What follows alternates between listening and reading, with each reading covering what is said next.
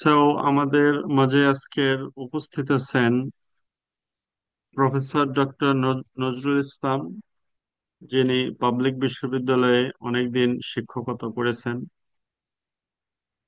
তারপর বিভিন্ন প্রাইভেট বিশ্ববিদ্যালয়ে গুরুত্বপূর্ণ পদে পদে অধিষ্ঠিত ছিলেন। এবং আমাদের মাঝে আরো উপস্থিত আছেন প্রফেসর মার্জিয়া দুলাল, যিনি বাংলাদেশ টেক্সটাইল বিশ্ববিদ্যালয়ের বর্তমান একজন আহ, সহযোগী অধ্যাপক, এবং তিনি ইনোভেশন নিয়ে কাজ করেন, নতুন প্রোডাক্ট ডেভেলপমেন্ট নিয়ে কাজ করেন। মার্জিয়ার কাছ থেকে আমরা নতুন প্রোডাক্ট বিষয়ে কিছু জ্ঞান অর্জন করব। এবং আমাদের প্রফেসর ডক্টর নজরুল ইসলাম, যিনি ভেটেরান একাডেমিশিয়ান এবং টেকনোলজি ট্রান্সফার এক্সপার্ট, আমাদের টেক্সটাইল সেক্টরে টেকনোলজি ট্রান্সফার কেন গুরুত্বপূর্ণ এবং নতুন ইনোভেশন কেন গুরুত্বপূর্ণ, সেসব বিষয়ে আমরা দুইজন শিক্ষকের সাথে, প্রফেসরের সাথে কথা বলবো। তার আগে আমি আমাদের টেক্সটাইল সেক্টরের একটা ছোট একটা পিকচার তুলে ধরি। আমাদের textile sector, Bangladesh textile sector শুরু হয়েছিল কাট মেক ট্রিম, অথবা যেটাকে আমরা বলি সিএমটি, সিএমটি দিয়ে। সেটা হয়েছিল টেকনোলজি ট্রান্সফারের মাধ্যমে। টেকনোলজি ট্রান্সফারের মাধ্যমে বলতে আমাদের দেশে কোনো সুইং মেশিন পর্যন্ত ছিল না। আমাদের দেশে কোরিয়ান ডেইউ, সাউথ কোরিয়ান কোম্পানি, তারা এফডিআই বা ফরেন ডাইরেক্ট ইনভেস্টমেন্ট করে, এবং মেশিন থেকে শুরু করে র মেটেরিয়াল সবই তারা দিয়েছিল। শুধু আমরা কাট মেক ট্রিম করে এটা 1978-এ শুরু করি। এরপরে আমাদের অনেক উদ্যোক্তা তৈরি হয়েছে। The industry is now at its growing stage, and the industry, যদি আমরা প্রোডাকশন টেকনোলজির কথা বলি, তাহলে প্রোডাকশন টেকনোলজিতে চার ধরনের টেকনোলজি হয়। Lowest level activities is known as CMT, cut make trim. এই কাট মেক ট্রিম এর পরের স্টেজ হলো ওইএম, যেটাকে আমরা বলি অরিজিনাল ইকুইপমেন্ট ম্যানুফ্যাকচারিং, যেখানে ম্যানুফ্যাকচারার ইকুইপমেন্ট ওন করে। তারপরের আপগ্রেডেশন হলো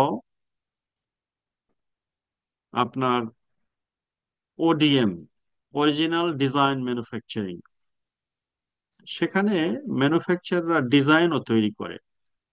কিন্তু আমাদের দেশে এখনো কিন্তু রিসার্চ অ্যান্ড ডিজাইনের বিষয়টি একদম খুব গুরুত্ব পায়নি প্রডিউসারের কাছে।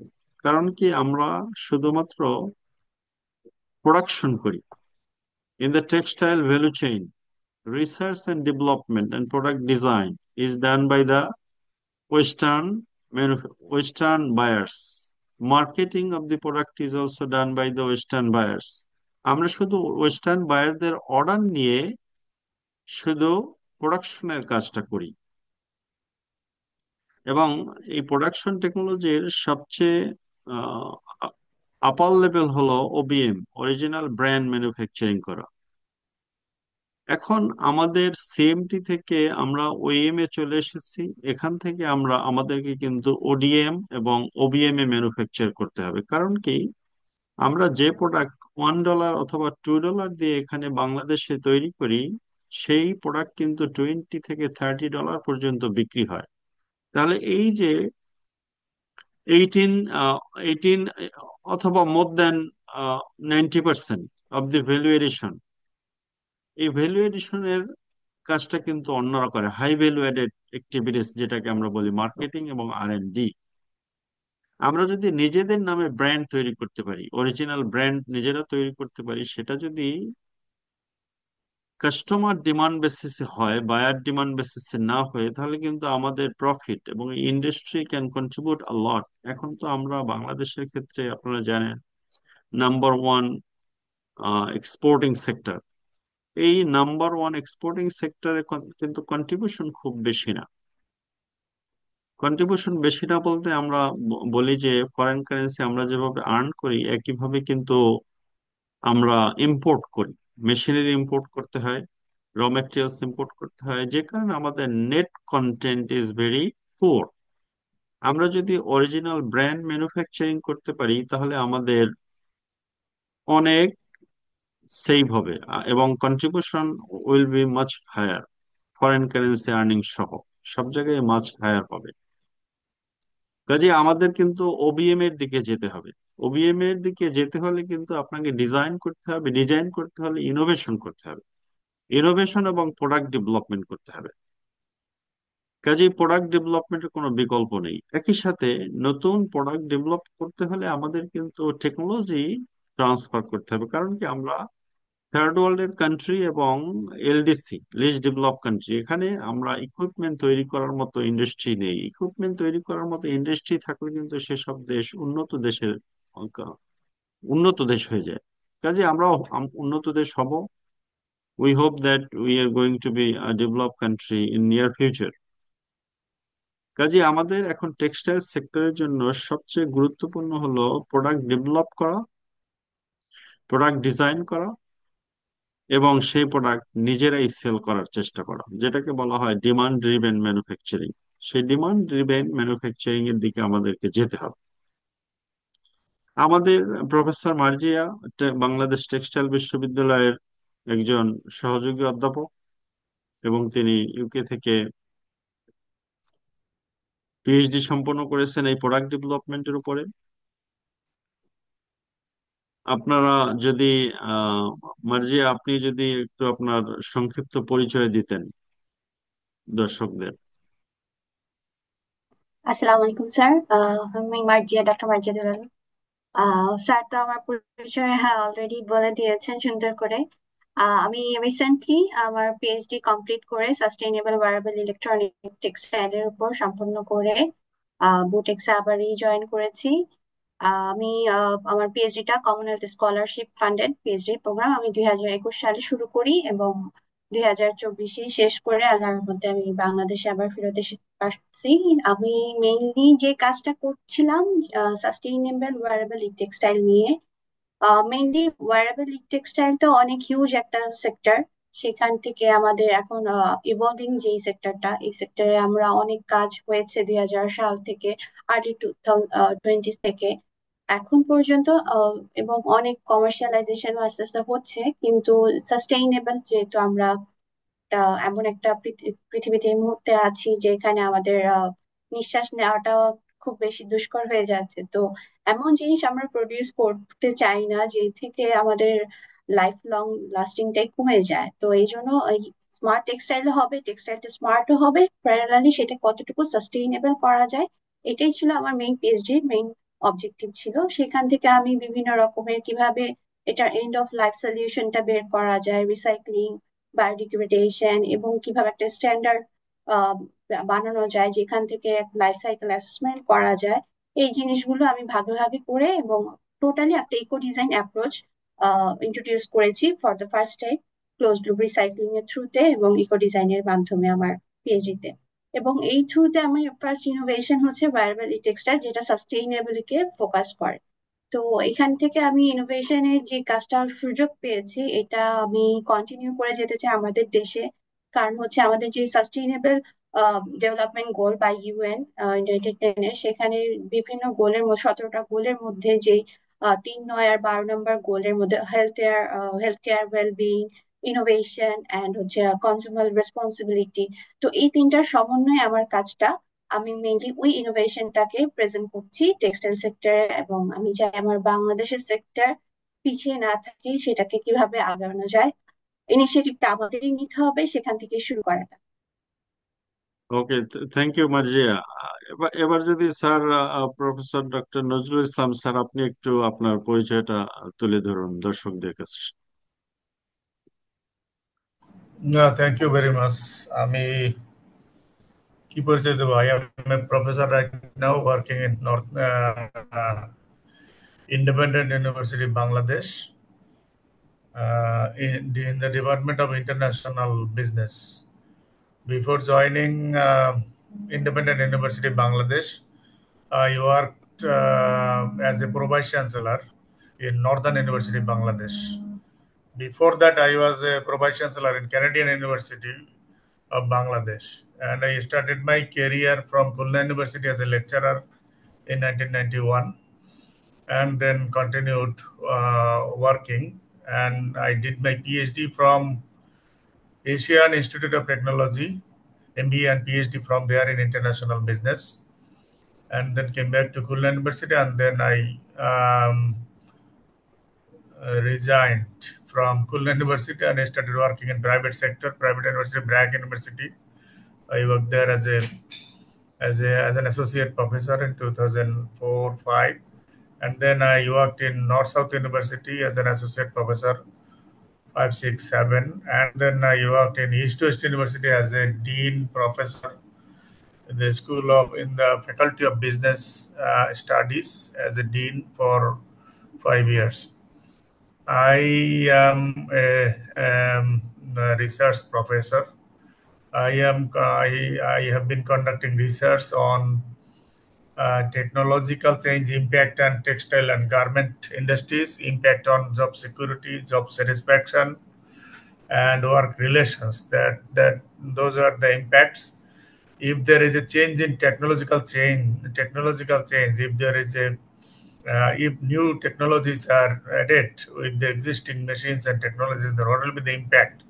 That I studied in my PhD study. I studied on that subject.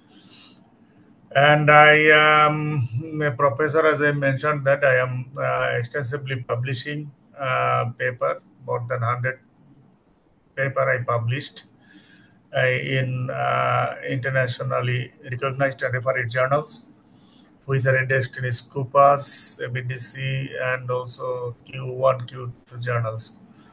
So this is in a nutshell about me. Thank you very much. Okay, thank you very much for your short introduction. আপনার introduction আরো বড় হতো, কিন্তু আমরা এত বড় introduction পরে হয়তো স্যারের বিষয়ে আপনারা ওয়েবসাইট থেকেও জানতে পারবেন। He is very renowned professor in Bangladesh. এবার আমরা মূল পর্বে আসি যে আমাদের প্রফেসর মার্জিয়া, আপনি তো ইলেকট্রনিক টেক্সটাইল নিয়ে কাজ করেন। এই ইলেকট্রনিক টেক্সটাইল আসলে বাংলাদেশে কত কমার্শিয়ালাইজ যদি আমরা করতে চাই, এই মুহূর্তে বাংলাদেশ টেক্সটাইল সেক্টর যেসব প্রোডাক্ট তৈরি করে সেই প্রোডাক্টগুলি হলো শুধুমাত্র basic shirt, pant, T shirt, sweater, very basic product, এবং এর কিন্তু price in the market is very low. আপনি তো ইলেকট্রনিক টেক্সটাইল নিয়ে, সাস্টেইনেবল টেক্সটাইল নিয়ে কাজ করেন। আপনি যদি একটু বলতেন যে এই sustainable electronic textile electronic textile use করে কোন ধরনের প্রোডাক্ট তৈরি করা যায় এবং সেটা বাংলাদেশে তৈরি করা সম্ভব কিনা এই মুহূর্তে। Thank you sir. আসলে আমি ই টেক্সটাইলের একটু ইনিশিয়াল কিছু বলে দিচ্ছি যে ই টেক্সটাইলটা অ্যাকচুয়ালি কি। এটা আমাদের অনেকেই হয়তো ই টেক্সটাইল মানে কনফিউজ হয়ে যায় যে আমাদের যে ওয়্যারেবল ইলেকট্রনিক টেক্সটাইল যেটাকে আমরা বলি, যেসব টেক্সটাইল স্মার্ট এবং ওয়্যারেবল সেটাকে আমরা শর্ট ফর্মে বলছি ই টেক্সটাইল। যে কোনো electronic components, conductive yarn, fibre অথবা মাইক্রো কন্ট্রোলার, ইলেকট্রনিক যে ইউনিট গুলো আছে, যখন একটা টেক্সটাইলের মাধ্যমে ইন্টিগ্রেটেড করা হয় এবং হচ্ছে যে আমাদের ট্র্যাডিশনাল টেক্সটাইল থেকে কাটিং এজ একটা পুরো স্মার্ট শেপে নিয়ে আসে, সেটাকে আমরা ই টেক্সটাইল বলছি। নর্মালি ই টেক্সটাইল মেইনলি কাজ হচ্ছে দ্য ফাংশনালিটিটাকে আপগ্রেড করা। আমাদের ট্র্যাডিশনাল টেক্সটাইলে আমরা মেইনলি হচ্ছে আমাদের কমফোর্ট, আমাদের পরিধান, এই পারপাস আমরা ইউজ করে থাকি। বাট স্মার্ট টেক্সটাইল বা ই টেক্সটাইলের মেইন পারপাসটা হচ্ছে এটা শুধুমাত্র আমাদের কমফোর্ট বা আমাদের লিমিটেড ফিল এটা না, প্যারালালি এটা আমাদের কিছু ফাংশনালিটিস দিবে, যেরকম হিটিং, সেন্সিং, ডাটা ট্রান্সমিশন, এই সমস্ত জিনিসগুলো যেগুলো আমাদের হেলথ কেয়ার মনিটরিং এর ক্ষেত্রে সবচেয়ে বেশি এই মুহূর্তে ইনোভেশন নিয়ে কাজ হচ্ছে। যে এতদিন আমরা যে ধরনের টেক্সটাইল গুলা অলরেডি গ্লোবালি গুলো কমার্শিয়ালাইজ হচ্ছে, একটু ভেরি হাই কস্ট এবং হচ্ছে ল্যাক অফ মাস প্রোডাকশনের জন্য হয়তো অত হাইলি কমার্শিয়ালাইজ হচ্ছে না, কিন্তু অলরেডি শুরু হয়েছে world wide, Canada, USA, Germany এগুলাতে। তো এখন যেটা আমি যদি বলি যে এটার কি কমার্শিয়ালাইজেশন সম্ভব, অবশ্যই কমার্শিয়ালাইজেশন হচ্ছে, কিন্তু যদি আমি বলি যে বাংলাদেশে কি সম্ভব এই মুহূর্তে, জিনিসটা হয়ে যাবে বাংলাদেশে এখনই এই মুহূর্তে আমাদের এটা আমাদের লিমিটেশন আছে। কারণ হচ্ছে এটার জন্য যে টেকনিক্যাল সাপোর্টটা দরকার, ইনফ্রাস্ট্রাকচার, ওয়ার্কফোর্স দরকার, সেই জিনিসটা এই মুহূর্তে আমরা not well aware of this. E টেক্সটাইলটা কি, কারণ হচ্ছে যে প্রোডাকশন লাইন গুলা চলছে, সেই প্রোডাকশন লাইনে আমি যে বেসিক যে ইন্টিগ্রেশন গুলা হয়ে থাকে, সুইং, আমি যদি কোনো কন্ডাক্টিভ থ্রেড কে আমার বা কন্ডাক্টিভ ইয়ার্ন কে আমার ফেব্রিকে সুইং করতে চাই, এগুলো হয়তো আমি করতে পারবো, বা আমার সার্কুলার নিটিং, ফ্ল্যাট নিটিং মেশিনের থ্রুতে এই বেসিক ইন্টিগ্রেশন গুলো করতে পারবো। কিন্তু কমপ্লিটলি একটা ই টেক্সটাইল ফর্মে, একটা ই টেক্সটাইল শার্ট, স্পোর্টস ওয়্যার অথবা স্পোর্টস শুজ বা ই ব্যাকপ্যাক বা ব্যাকপ্যাক, যেগুলাতে আমাদের দেখা যাচ্ছে আমাদের আবার হার্ট রেট বা এই ধরনের জিনিসগুলা সাইক্লিস্টরা যেগুলা ইউজ করছে হাতে রিস্ট ব্যান্ডের মতো, এই ধরনের পারপাসে হয়তো ফুল ফর্মে টেক্সটাইল আকারে এই মুহূর্তে বাংলাদেশে আমাদের জন্য একটু এই মুহূর্তে লিমিটেশন আছে। কিন্তু এটা পসিবল, বেসিক ইন্টিগ্রেশনটা আমরা যদি হতে পারি, যেহেতু আমরা যে বললাম ওইমে আছি, আমাদের ফিউচারে এমন হবে আমাদের কাছে অর্ডার আসবে অলরেডি। লেভিস, তারপর গুগল প্রজেক্টের বিভিন্ন প্রজেক্ট চলছে, এগুলাতে আমাদের লেভিস, এডিডাস এগুলা নিয়ে কাজ করা শুরু করেছে। হয়তো এমন একটা পর সময় আসবে 10 বছর, 15 বছর পর, আমরা এই অর্ডার গুলা নিয়ে আমাদের কাজ করতে হবে। যদি আমরা ওই টাইমে এই ধরনের অর্ডার গুলাকে গ্র্যাব করতে না পারি, আমরাই পিছিয়ে যাব। তো এই জন্য আমাদেরকে প্রোডাকশন লাইন গুলাকে, যেই লাইনটা আছে ওইটা দিয়ে আমরা করতে পারবো বেসিক ইন্টিগ্রেশন গুলা, ওই যে বললাম যে সুইং থ্রেড, যে কন্ডাক্টিভ থ্রেড, এইগুলো হয়তো করতে পারবো সার্কুলার নিটিং, ফ্ল্যাট নিটিং মেশিনের থ্রুতে। কিন্তু আরো অ্যাডভান্স ওয়েতে করতে গেলে আমাদের আরো টেকনোলজি দরকার। আরো যেটা স্যার ভালো বলতে পারেন, টেকনোলজি ট্রান্সফার, আমাদের টেক্সটাইলে 3D উইভিং টেকনোলজি, তারপর হচ্ছে specialize finishing unit, sensor integration unit, এই সমস্ত জিনিসগুলা জানতে হবে। আর এনডিটা সাপোর্টটা লাগবে। জয়েন্ট ভেঞ্চারে অনেক কাজ আমাদের এই মুহূর্তে করতে হবে এই জিনিসগুলাকে আরো আগায়। কিন্তু জি স্যার। আপনার আপনার আপনি শুনতে পাচ্ছেন আমাকে? জি জি স্যার। স্যার, এই ধরনের আপনি যে আপনার ইনোভেশনের কথা বললেন, আমি যদি বলি আপনার ইন্ডাস্ট্রি একাডেমিয়া কোলাবোরেশন, যেটা যে জি আমরা স্যার। এই মুহূর্তে কোনো ইন্ডাস্ট্রির সাথে কোলাবোরেশন করে আপনার এই ইনোভেশনকে আরো সামনে এগিয়ে নিয়ে অথবা কমার্শিয়ালাইজেশন করতে অথবা বাস্তবায়ন করতে পারি কিনা, সেটার জি স্যার, সুযোগ অবশ্যই আছে আমাদের কিনা? জি স্যার, এটা সুযোগ হচ্ছে আমাদের যে ইন্ডাস্ট্রি গুলো আছে। স্যার আপনি শুরুতেই বলেছেন যে আমরা production oriented, mainly demand oriented না। আমাদের যে ইন্ডাস্ট্রিরা আছে তারা হচ্ছে আমাদের কিছু অর্ডার দিচ্ছে, আমরা সেগুলো ফুলফিল করছি, ডেডলাইন কমপ্লিট করে শিপমেন্ট দিচ্ছি, এতটুকুই আমাদের হচ্ছে। বাট ইন্ডাস্ট্রিকে আসতে হবে যে আমি যে নতুন স্মার্ট টেক্সটাইল বলছি, আমরা যেটা চাচ্ছি ইন ফিউচার আমরা করব, সেই টেক্সটাইলে তাদেরও জানতে হবে, তাদের নিজেদের জন্য তাদেরকে ইনভেস্ট করতে হবে, একাডেমিশিয়ানদের বা রিসার্চারদের জন্য এরকম কোনো ফান্ডিং বা কোনো স্টুডেন্টদের জন্য তার প্রজেক্টের জন্য যদি ফান্ডেড করা যায়, যে হ্যাঁ তুমি আমাদের জন্য এই ধরনের একটা টেক্সটাইল ইনোভেট করে দাও, তোমার 4 বছর বা 3 বছরের যে কোর্সটা, সেটার জন্য আমি তোমাকে ফান্ডিং দিব, প্রোটোটাইপ বানিয়ে দাও, দেন এটা এইভাবে আস্তে আস্তে স্যার আগানোর একটা সুযোগ আছে, অপরচুনিটি ইন্ডাস্ট্রি এন্ড একাডেমিতে। এ- কারণ এই ধ- আমরা এই রিসার্চ ধর করবো, তারা আগায় নিবে এই লার্জ ধরনের স্কেল। এই ধরনের আপনার কোনো কারোর সাথে যোগাযোগ হয়েছে বা এরকম হতে পারে, এটার কোনো সম্ভাবনা তৈরি হয়েছে কিনা? স্যার আমরা যখন বাইরে পড়াশোনা করেছি আমরা দেখেছি ইন্ডাস্ট্রি বা বাইরের কান্ট্রিতে এটা অহরহ হচ্ছে, তো ইন্ডাস্ট্রি প্রজেক্টের থ্রুতে পিএইচডি স্টুডেন্ট নেওয়া হচ্ছে। আমাদের দেশে ওই ধরনের, আমাদের যে ধরেন আমরা বড় যে আমাদের কোম্পানি গুলো আছে, বেসকিমকো, ডিভিএল বা আদার যে ইনভয় টেক্সটাইল, ওনারা যদি চলে আসে যে হ্যাঁ না আমাদের স্টুডেন্ট নিচ্ছে, আমি কোনো রিসার্চার নিব, পিএইচডি স্টুডেন্ট নিব, যে আমার জন্য এই ধরনের কাজটা বা কোনো ধরনের স্পেশাল ইনোভেটিভ কাজ করে দিবে, এই ধরনের ইয়েতে আমি যদি ফান্ডিং করতে পারি, দেন তাদেরই বেনিফিট। সেই কাজটাকে তারা হয়তো স্যার যেটা আপনি বললেন ওডিএম বা ওবিএম, আলটিমেটলি ওই যে কাজে আমরা আস্তে আস্তে প্রোগ্রেস করতে পারবো।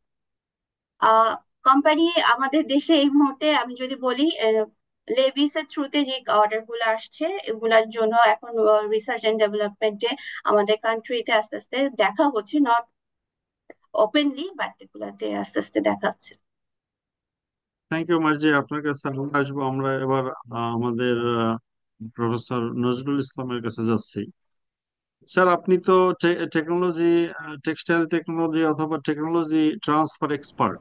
এই মুহূর্তে আপনার কাছে কি মনে হয় যে আমাদের যে লেভেলের টেকনোলজি আমরা ইন্ডাস্ট্রিতে ইউজ করি সেটা আসলে কতটুকু মানানসই, অথবা এর থেকে কোনো ভালো টেকনোলজি ট্রান্সফার বা অন্য কোনো সুযোগ আছে কিনা?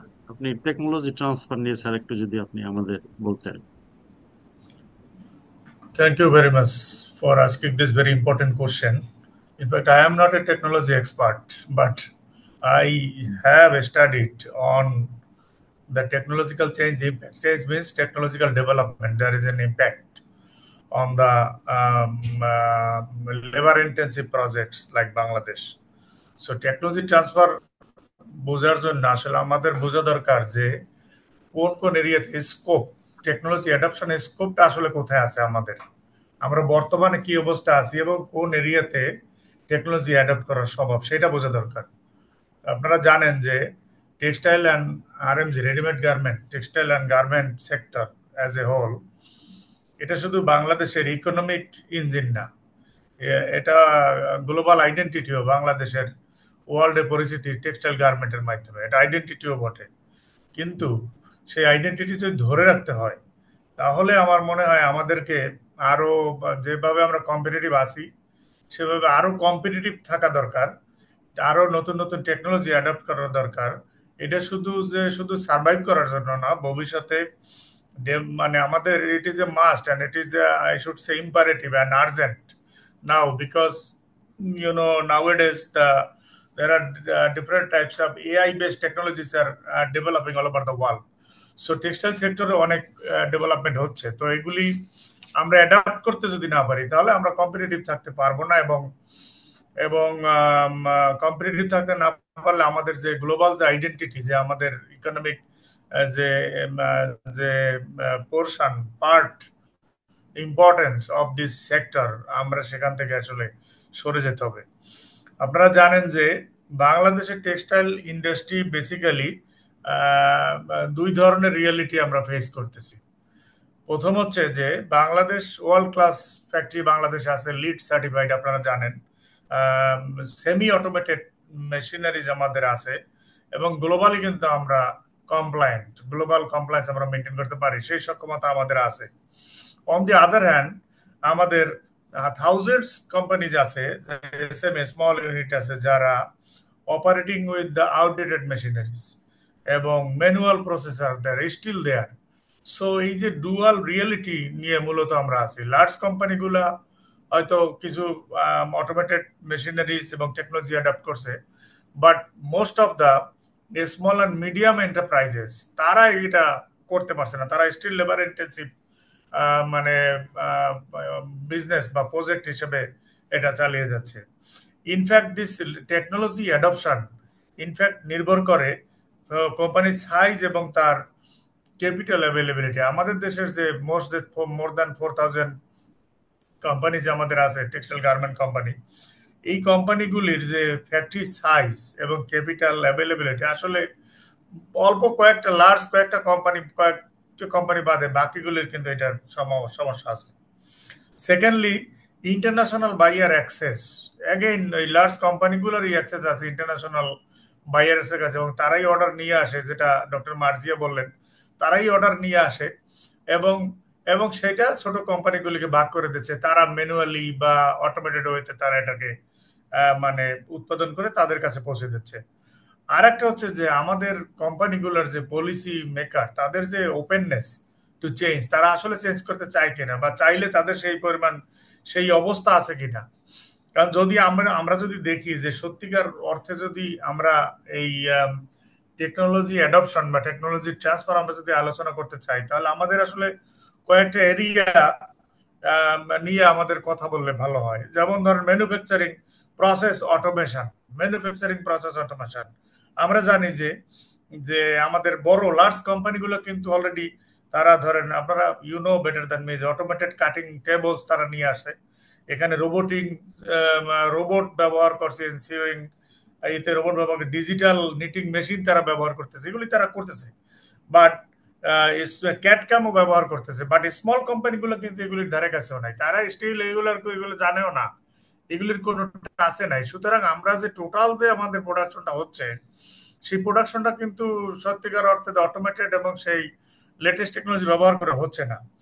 সেকেন্ডলি, আমরা যদি দেখি যে আমাদের যে প্রোডাকশন ম্যানেজমেন্ট ইআরপি সিস্টেম অথবা ধরেন প্রোডাকশন ট্র্যাকিং বা মেশিন ডেটা ইন্টিগ্রেশন, এই যে ইস্যুগুলো আছে বা আইওটি বেসড যে ফ্যাক্টরি ফ্লোরস, এই বিষয়গুলা কিন্তু আসলে আমাদের ম্যাচ লেভেলে আমাদের এই সেক্টরে এখন আমরা অ্যাডাপ্ট করতে পারি নাই। কারণ না পারার অনেক কারণ আছে, যেমন এক নাম্বার কারণ হচ্ছে যে আমরা আসলে আমাদের ক্যাপিটাল সেই পরিমাণ যে রিকোয়ারমেন্ট এই লেটেস্ট টেকনোলজি নিয়ে আসার সেই ক্যাপিটাল আমাদের নেই, অ্যাভেলেবিলিটি প্রবলেম আছে। এই টেকনোলজি এআই বা লেটেস্ট টেকনোলজি ব্যবহার করে আমরা যদি টেক্সটাইল ম্যানুফ্যাকচার করতে চাই, তাহলে আমাদের স্কিলড ম্যান পাওয়ার দরকার। আসলে কি আমরা রেডি? আমাদের ম্যান পাওয়ার কি রেডি সেই মেশিন চালানোর জন্য? অ্যান্ড থার্ডলি, যে টেকনোলজি পার্টনারশিপ, যেটা নলেজ শেয়ারিং, আসলে আমাদের দেশে তো নলেজ শেয়ারিং নাই। সেই যে ইন্ডাস্ট্রি একাডেমিয়া যে লিঙ্ক কোলাবোরেশন আসলে তো অ্যাবসেন্ট। সুতরাং এই বিষয়গুলি সত্যিকার অর্থে অ্যাবসেন্ট বিধায় আমরা আমাদের এই ইন্ডাস্ট্রিতে লেটেস্ট টেকনোলজি অ্যাডাপ্ট করতে পারতেছি না। তবে আহ, আমরা পারতে পারি যদি আমরা আমরা একটা মানে মাল্টিপল স্টেক হোল্ডার যদি আমরা অ্যাপ্লাই করি। কিরকম? যেমন ধরেন যে public policy incentive, say for example tax rebate, government can come forward and can give the rebate to these small companies, small and medium enterprises. Then mentoring small farms, mentoring system চালু করা যেতে পারে। তারপর loan দেওয়া যেতে পারে, foreign মেশিনারিতে easy access এই ব্যবস্থা করা যেতে পারে। তারপর স্কিল ডেভেলপমেন্টের জন্য national scale program focusing on automation, AI, data analysis, green manufacturing. These all are the things can be adopted, but with the help of different stakeholders. It is not possible to introduce by only the companies of this industry. So so technology transfer যদি বলি যে এই আমাদের যে সক্ষমতা, আমরা যে prepare কিনা, এই প্রিপেয়ার্ড হলেই টেকনোলজি ট্রান্সফার সম্ভব। যেটা আপনি বললেন যে OEM or original equipment manufacturer, then ODM to OBM brand manufacturing এ আমরা যেতে পারি, কিন্তু আসলে আমরা পারতেছি না, কারণ আমাদের সেই সক্ষমতা এখনো আসলে হয় নাই।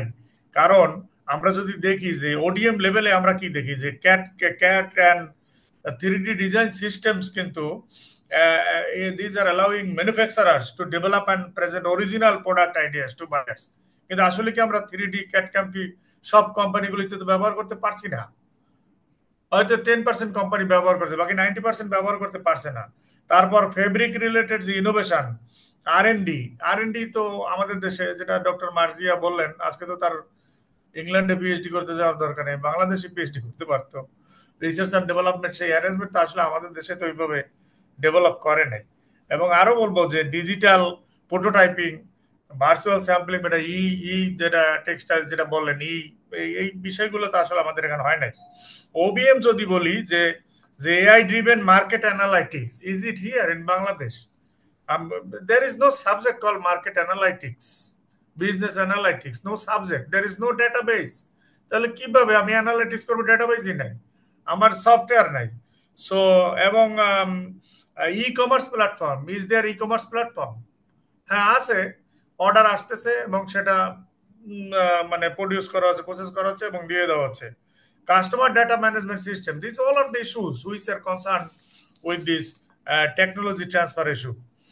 তবে বাংলাদেশে কিছু কোম্পানি যারা মূলত ডিজাইন কালেকশন এবং এবং মানে ওডিএম এর কাজ করছে, কিছু করতেছে না তা না, কিছু কোম্পানি করতেছে। বাট যেমন আমার ফিউ ব্র্যান্ডস আছে, যেমন ইয়েলো ব্র্যান্ড, বেক্সিমকোর বা সেইলর, আপনারা জানেন যে তারা কিন্তু ওবিএম কিন্তু ভেঞ্চারিং করতেছেন না তা না, but number is few, not many, few numbers are companies are there. সুতরাং টেকনোলজি ট্রান্সফার করা সম্ভব, ইয়েস, হোয়াট ইউ সেড, যে yes, technology transfer can absolutely possible এবং absolutely reach the production level at both ODM and OBM stage, but this requires in fact investment requires. আমাদের দরকার হইলো একটা environment, development environment দরকার, এবং একটা shifting mindset, change mindset আমাদের দরকার যদি আমরা টেকনোলজি ট্রান্সফার করতে চাই ইন দিস ডিফারেন্ট এরিয়াস, কি areas of textile and garment manufacturing system.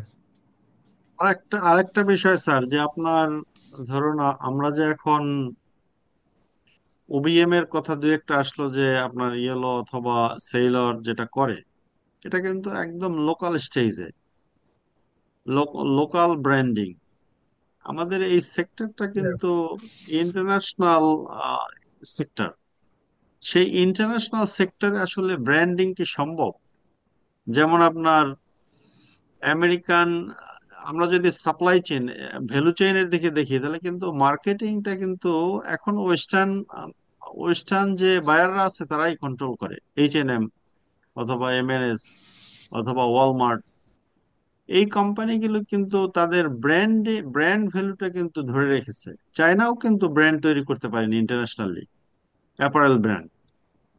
কাজে ভ্যালু চেইনে যেমন আপনার এটা ইউকে থেকে ইন্ডাস্ট্রি শুরু হয়েছিল, সেই ইউকে কিন্তু তার প্রোডাকশন ফ্যাসিলিটিস, প্রোডাকশন সেকশন অথবা প্রোডাকশন স্টেজ কিন্তু তারা ট্রান্সফার করেছে অন্য দেশে। আমেরিকাও তাই করেছে, কিন্তু তারা কিন্তু ব্র্যান্ড গুলি ধরে রেখেছে, মার্কেটিং এবং ডিজাইন এটা কারো হাতে ছাড়েনি। জাপানও এসেছিল, জাপানও তাই এটা করেছে, একটা জাপানও কারণ ফেল আছে। করছে। Yeah. এখন এই যে ইন্টারন্যাশনাল, এটাকে একটা ইন্টারন্যাশনাল পলিটিক্স আপনি বলবেন, নাকি আপনার এটা অন্য No, কোনো no, ভাষায় I ব্যাখ্যা should not দিবেন? say it's a politics. It is the supply demand issue. It is not the politics issue. Question is the garments or the textile we are producing in Bangladesh. Who are the buyers and why they are buying it? That's the issue. এবং textile গার্মেন্টের মধ্যে এখন তো fashion ডিজাইনও, fashion গার্মেন্টসও তৈরি হয়েছে, কিন্তু আসলে আমাদের মতো দেশে তো আমরা তো কোনো ইউজার নাই, ফ্যাশন গার্মেন্টস এর কোনো ইউজার নাই, ইউজার সব ডেভেলপড কান্ট্রিতে। তো তাই যদি হয় তাহলে ওইখান থেকেই তো নিয়ন্ত্রিত হচ্ছে, বাইরের তো সেখানে সব কিন্তু European Union and US market, and you see that our textile garments export almost 100% dependent on this EU market and the American US market, কারণ কাস্টমার সেখানে। সুতরাং তাদেরকে তো আমরা আমরা তাদেরকে তাদের উপর আমরা ইনফ্লুয়েন্স করতে পারতেছি না। দ্বিতীয়ত যেটা আপনি বললেন যে সাপ্লাই চেইন আমরা যদি বলি যে to from placing order to satisfaction of the customers, এই যে চেইনের মধ্যে আসলে কি আমরা পুরা স্বাবলম্বী? আমাদের backward integration is very, backward support system is very, accessories need, এটা আমরা অন্যের উপর নির্ভরশীল। আমরা মূলত basically in Bangladesh it's a sewing industry.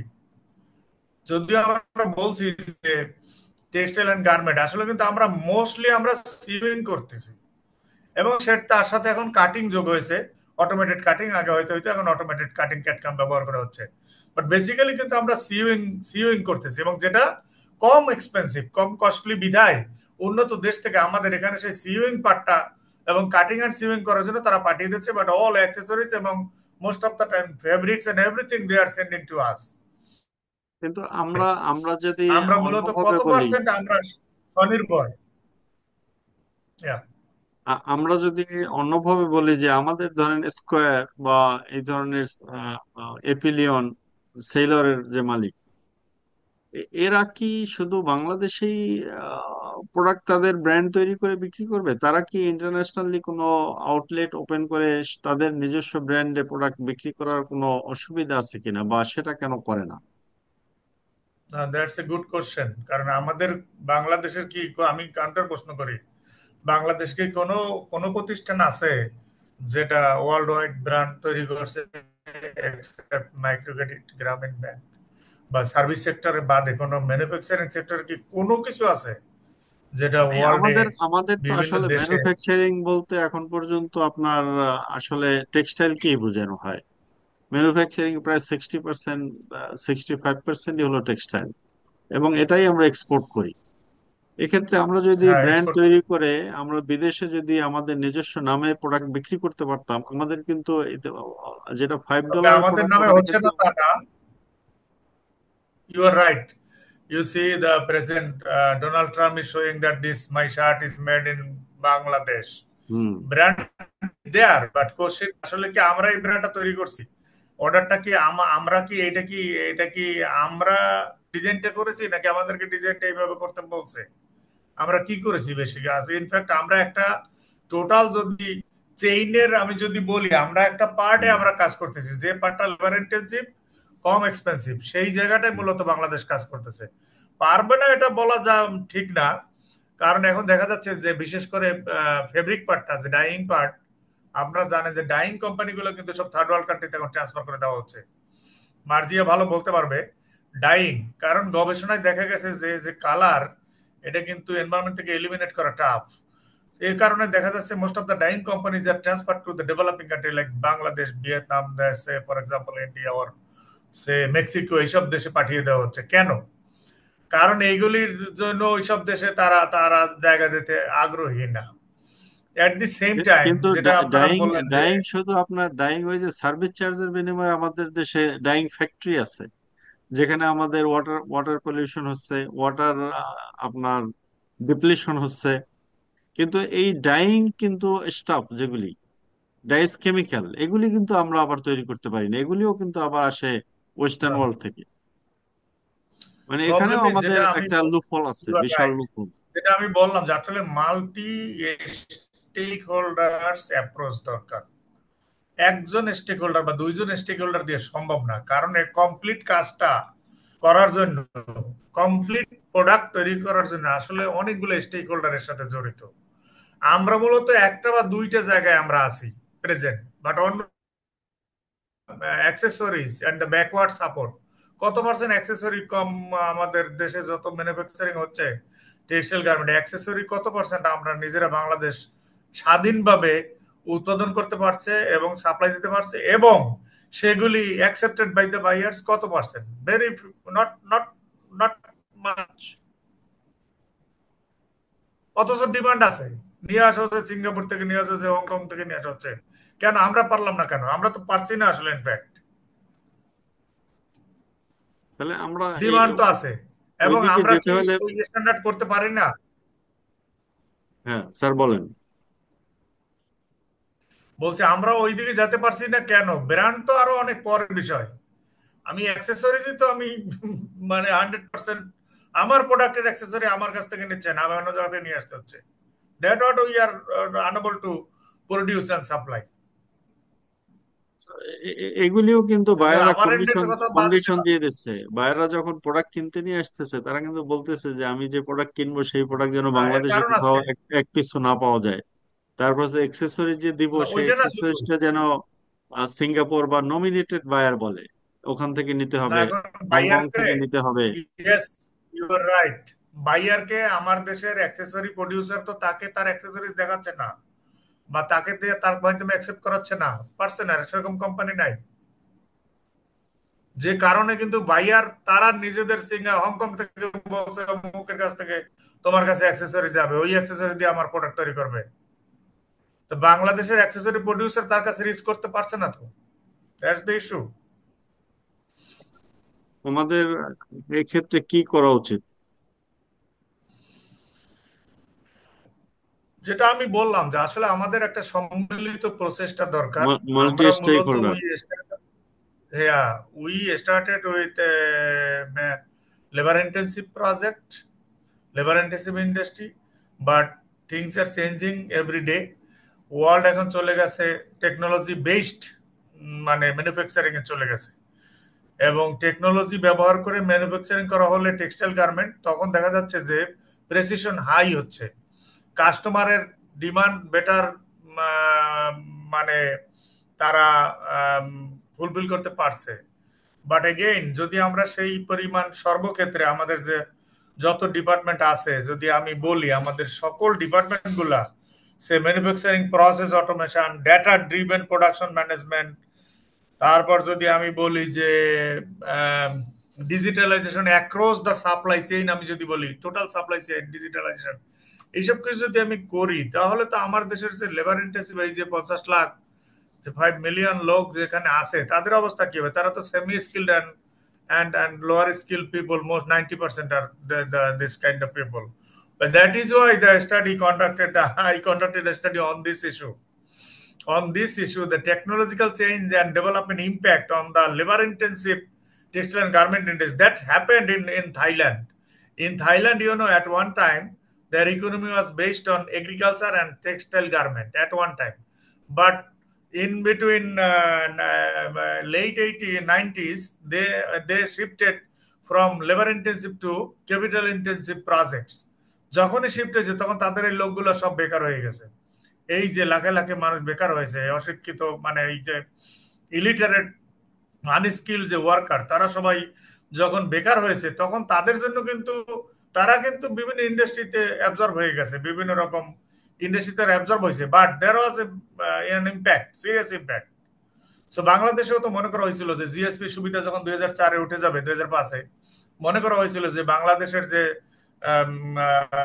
মানে ম্যানুফ্যাকচারাররা বা বাংলাদেশ টেক্সটাইল গার্মেন্ট কোম্পানিগুলো হয়তো কোটা উইথড্র হলে বাংলাদেশের কোম্পানিগুলো হয়তো আর অর্ডার পাবে না, তখন তারা আর বার্গেনিং করে আনতে পারবে না। 2005 একটা ক্রাইসিস মনে করা হয়েছিল, বাট হয় নাই।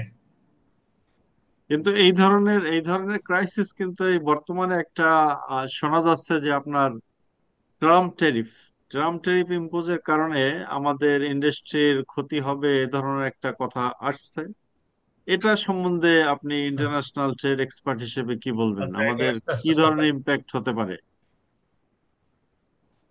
আমি আমি অপটিমিস্টিক। আমার মনে হয় না ট্যারিফ, কারণ টেক্সটাইলের যে ব্যাক এন্ড, মানে ব্যাক এন্ড সাইডটা, টেক্সটাইল যে total process, textile and garment total প্রসেসের কোনো না কোনো এন্ডে বাংলাদেশের এই লেবার ইন্টেন্সিভ কোম্পানিগুলি দরকার। কারণ to minimize the cost is a must. সুতরাং ট্যারিফ দেব আর যাই দেব, আসলে কিন্তু এই এই অংশের কাজ করানোর জন্য sewing, packaging, say for example cutting, এই অংশের জন্য আমাদের এখানে আসতে হবে। কারণ এইখানে সবচেয়ে কম কম ডলারে, আপনারা জানেন, মাসে যে $1000 $100 পায় না, মাসে $100 বেতন পাওয়া কঠিন। সুতরাং এই এন্ডে কিন্তু এখানে আসবে, আনলে এখানে পাঠিয়ে দিলেও তাদের লাভ। এই জন্য তো আপনি দেখবেন যে চায়না, যেমন বলা হয়েছে না যে চায়নার উপর যদি, আপনার একটা কোশ্চেন ছিল যে ইউএস চায়না যে কোল্ড ওয়ার চলছে, এই এই ওয়ারে বাংলাদেশ বেনিফিটেড হবে কিনা। আসলে বেনিফিটেড হবে, কারণ চায়না ওইসব এখন তারা টেকনোলজিক্যালি মুভ করছে, আপওয়ার্ড আপওয়ার্ড দিতে যাচ্ছে।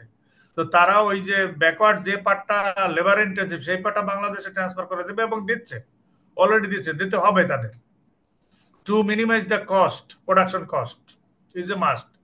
হ্যাঁ, তবে কোশ্চেন হচ্ছে যে আপনি যেটা বলছেন, ইউ আর ভেরি কারেক্ট, যে আমরা কি সবসময় কি তাহলে এগুলো নিয়েই থাকবো? আমরা কি নিজস্ব ব্র্যান্ড তৈরি করবো না? আমরা কি নিজস্ব আমরা কি সেই লেটেস্ট টেকনোলজি ব্যবহার করে আমরা কি নিজেরা নিজেদের নামে কম্পিট করতে পারি না ওয়ার্ল্ড মার্কেটে? অবশ্যই পারি, but it will require huge investment, it requires government support, it requires that I mention that multi approach, stakeholders approach is needed in fact. তাছাড়া এটা সম্ভব না। এর জন্য একটা থরো পলিসি প্রয়োজন। নট দ্যাট যে এই কোম্পানিটা ভালো, এই কোম্পানিটা ভালো, এই বা এই সেক্টর ভালো ইনকাম করছে, সুতরাং এটা নিয়ে চিন্তা করার দরকার, ব্যাপারটা তা না। Things are changing every day. আজকে দেখেন, যদি বাংলাদেশে যেমন আমাদের এখন ক্যাট ক্যাম ব্যবহার করে কাটিং হচ্ছে, এখন কিন্তু ওভাবে আর ম্যানুয়ালি হচ্ছে না। What about sewing? যদি এটা যদি মেকানাইজড হয়ে যায়, what will be the impact? Hmm. What about packaging? Many what about finishing? তো what will be the impact? Serious impact. That is তাহলে অলসো আমরা রিজন। এবং আমরা আমরা আমরা ধরেন এখন যদি আমরা এমন ভাবি যে ট্রাম্প ওয়ারের কারণে বা চায়না চায়না ইউএস ট্রেড ওয়ারের কারণে যদি আমাদের দেশে লোয়ার এন্ডের প্রোডাকশন ফেসিলিটি চলে আসে, সেক্ষেত্রে জি, আমাদের টেকনোলজি ট্রান্সফার বা যে টেকনোলজি আমাদের আছে সেই টেকনোলজি দিয়েই চলতে হবে। সেখান থেকে কোনো টেকনোলজি ট্রান্সফারের কোনো সুযোগ হবে কিনা, বা সেটা ইটস এ, হলে আমি বলি কোন ইটস এ ধরনের long term technology? Process. Long term process technology আমরা, আম, আমি যা বুঝতে পারি, টেকনোলজি আমাদের মানে যেখানে ইন্ট্রোডিউস করলে আমাদের লেবারদের উপর ইম্প্যাক্ট হবে না, শুধু সেখানেই মনে হয় আমরা টেকনোলজি ইন্ট্রোডিউস করতে পারি। হুম। এছাড়া অন্য কোথাও ইন্ট্রোডিউস করা টাফ। টাফ কারণ আমি তো বললাম যে আমাদের লার্জ কোম্পানির সংখ্যা খুবই কম। সব এসএমই কোম্পানি, যে স্মল অ্যান্ড মিডিয়াম এন্টারপ্রাইজেস, অর্ডারগুলি আসতেছে, অর্ডারগুলি প্রসেস করতেছে বা ভাগ করে দিচ্ছে, কেউ পার্ট বাই পার্ট করে দিয়ে দিচ্ছে, তারা অর্ডারটা কাস্টমারকে পৌঁছে দিচ্ছে। That what we are doing. But again, large company can take the initiative, যেটা আপনি বলছেন যে সত্যিকার অর্থে আমাদের তো এভাবে চললে হবে না। বড় কোম্পানি যেগুলি আছে, লার্জ কোম্পানি যারা অটোমেটেড ম্যানুফ্যাকচারিং সিস্টেম ব্যবহার করতেছে, ক্যাটক্যাম ব্যবহার করতেছে, যারা এআই ব্যবহার করতেছে, ডেটা ড্রিভেন সাপ্লাই চেইন ব্যবহার করতেছে, ডিজিটাল সাপ্লাই চেইন ব্যবহার করে, এরকম কোম্পানি আমাদের আছে 10% কমা। সেই কোম্পানিগুলি আসলে তাদের নিজেদের নামে ব্র্যান্ড করে মার্কেটে, ইন্টারন্যাশনাল মার্কেটে তাদের প্রেজেন্ট হওয়া প্রয়োজন, আমি মনে করি। থ্যাংক ইউ স্যার, আপনার মূল্যবান সময় দেওয়ার জন্য। এবং মার্জিয়া, আপনি যদি কিছু বলতে চান আমাদের ভিউয়ার্সদের জন্য, সে ফর এক্সাম্পল, আপনি কমার্শিয়ালাইজ করতে হলে আপনার কোন ধরনের ইনিশিয়েটিভ নিতে হবে, এই ধরনের কোনো বিষয় আপনার স্যার, মাথায় আছে কিনা? জি, কারণ আপনি হয়তো পিএইচডি করেছেন, বা আমরা যখনই পিএইচডি করেছি সেই পিএইচডি গুলি কিন্তু সব ইন্ডাস্ট্রি ফান্ডে করা। আমার পিএইচডিও ইন্ডাস্ট্রি ফান্ডে করা, আপনার পিএইচডিও হয়তো ইন্ডাস্ট্রি ফান্ডেই করা। সেক্ষেত্রে আমাদের ইন্ডাস্ট্রি কেন আসছে না, বা তাদের কি আসলে আমাদের নজরুল স্যার যেটা বললেন, আসলে কি তাদের mental mental set up different, নাকি আসলে এই আর্থসামাজিক পরিস্থিতিতে এটা হয় না? Sir, thank you. Professor Nazrul Islam sir অনেক সুন্দর করে বলেছেন যে আসলে আমরা এখন যে স্টেজে আছি, আমাদের যে প্রোডাকশন ড্রিভেন, আমাদের যে মানুষগুলা এখন মানে আমরা লেবার ইন্টেন্সিভ, আমরা মেইনলি আমাদের প্রোডাকশনটা, সেখান থেকে টেকনোলজি, নতুন টেকনোলজি আসা মানে হচ্ছে তাদের কর্মসংস্থানের দিক থেকে কমে যাওয়া। তো এখানে দেখা যায় আমাদের আর্থসামাজিক পলিটিক্যাল অনেক ইস্যুস চলে আসে। এই জন্য আমাদের স্ট্র্যাটেজিটা আসলে কি হওয়া উচিত, যে টেকনোলজি ট্রান্সফার তো বিভিন্ন রকমের স্ট্র্যাটেজি গুলো আছে, আমরা অফেন্সিভ মোডে যাব না ডিফেন্সিভ মোডে যাব, নাকি আমরা ইমিটেটিভ করব, নাকি হচ্ছে আমরা কনজারভেটিভ স্ট্র্যাটেজি নিব। তো স্ট্র্যাটেজি গুলো আসলে হচ্ছে কোন ধরনের স্ট্র্যাটেজি নেওয়া উচিত, এইটা হচ্ছে মেইন।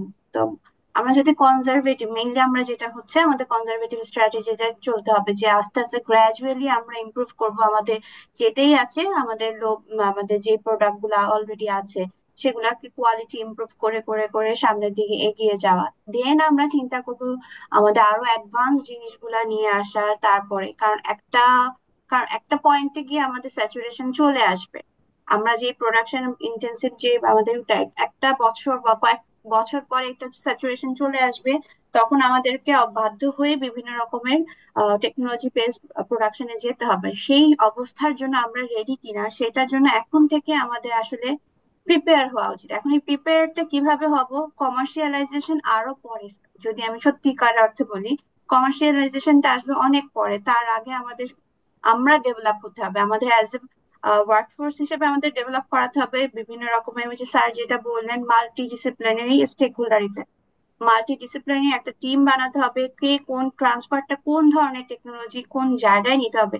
এই টেক্সটাইল শুধুমাত্র ইনোভেটিভ, আরো অনেক আছে, কম্পোজিট আছে, স্মার্ট কম্পোজিট আছে, অন্যদিকে আমাদের 3D টেকনোলজি আছে, বিভিন্ন ধরনের টেকনোলজি আছে। তো কোন টেকনোলজিতে আমাদের বেশি এই মুহূর্তে দরকার, সেটার ক্ষেত্রে আমাদের ইন্ডাস্ট্রিকে আমাদেরকে মোটিভেট করতে হবে। সেই ধরনের একটা স্টেক হোল্ডার মাল্টিডিসিপ্লিনারি কমিটি করে পলিসি মেকিং করতে হবে। গভর্নমেন্ট, ইন্ডাস্ট্রি, অ্যাকাডেমিশিয়ান সবকিছু মিলেই আসলে করতে হবে। তো আমরা আসলে লিমিটেশন থেকে অপরচুনিটি স্যার খুঁজে পাবো। লিমিটেশন থাকবে দেখে আমরা চুপ করে থাকবো না, আমরা আস্তে আস্তে এটা নিয়ে সামনে আগাইতে হবে। লিমিটেশন যেখানে থাকবে, অপরচুনিটি এখান থেকে আমাদের বের করে আনতে হবে। তাই। এখন thank you Marzia for your time. এবং আমরা সর্বশেষ ওয়ার্ডস নজরুল স্যারের কাছ থেকে শুনতে চাই, আমাদের এই টেক্সটাইল ইন্ডাস্ট্রির জন্য, যে ইন্ডাস্ট্রি আমাদের জন্য ফরেন কারেন্সি আর্নিং করে, সেই ইন্ডাস্ট্রির জন্য ভবিষ্যতে কোন কোন টেকনোলজি নিতে হবে বা কোন অ্যাপ্রোচে যেতে হবে, যেটা হবে আমাদের ইকোনমির জন্য আরো ভালো এবং এমপ্লয়মেন্ট জেনারেট করবে, কারণ employment generation is very important. Thank you, professor. Thank you very much. In fact আমি যদি আর একটু কোশ্চেন করি, আর দুইটা অ্যাড করি, যে for example lead time, Bangladesh, China, India, যারা টেক্সটাইল গার্মেন্ট নিয়ে কাজ করে, আচ্ছা এদের লিড টাইম কোন দেশের কথা? আমরা কি এদের চেয়ে বেটার? Definitely not. চায়নার লিড টাইম, থেকে আমরা অনেক খারাপ, কারণ কি চায়নায় যেখানে 30 দিন লাগে সেখানে আমাদের দেশে লাগে 90 ডেজ, ইন্ডিয়ায় তাহলে এই যে 60 ডেজ অ্যাভারেজ।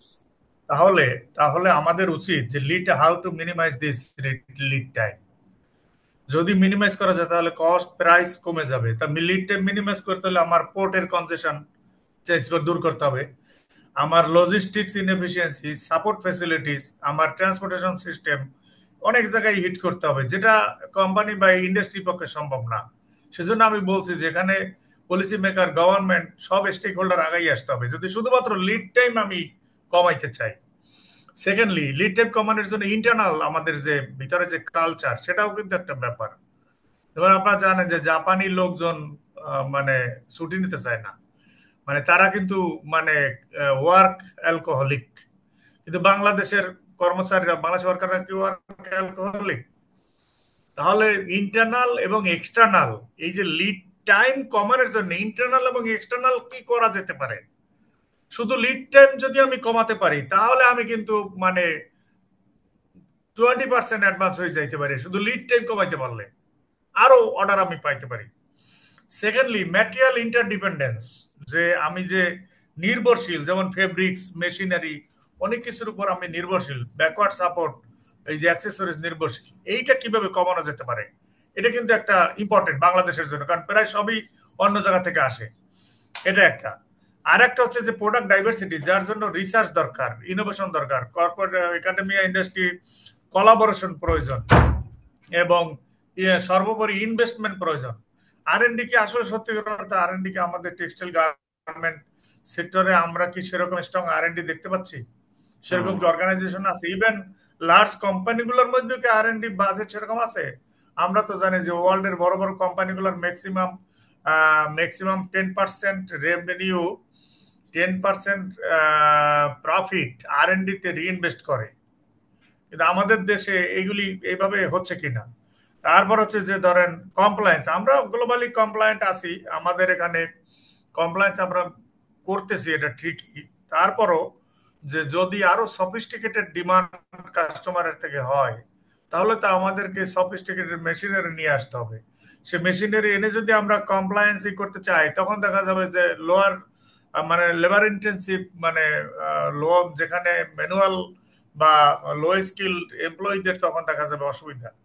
সো এক ধরনের ডাইলামা এর মধ্যে আমরা আছি। সুতরাং আসলে আমাদেরকে এই টেকনোলজি ট্রান্সফার যদি আমি ইফেক্টিভ করতে চাই এই টেক্সটাইল গার্মেন্ট সেক্টরে, আমাদেরকে এই সেক্টরে ইনফ্রাস্ট্রাকচার, যেটা এই সেক্টরকে সাপোর্ট দেয়, ইনফ্রাস্ট্রাকচারে ইনভেস্ট করা প্রয়োজন এবং অটোমেশনের জন্য ইনভেস্ট করা প্রয়োজন।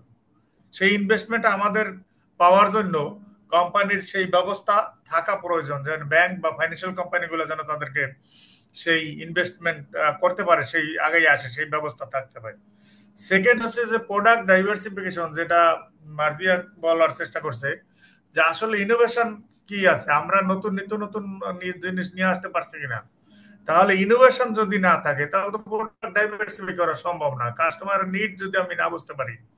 So research and development innovation এই দিকটা আমাদেরকে আসলে মানে আমাদের এই দিকটা দেখা প্রয়োজন। এবং অনেক এরিয়া আছে value added textile, for example say sportswear, outerwear and technical garments, অনেক ইস্যু আছে, অনেক রকম প্রোডাক্ট আছে, অনেক রকম সেগমেন্ট আছে যেগুলিতে আমরা যাচ্ছি না, সেগুলিতে আমরা পার্টিসিপেট করতে পারি।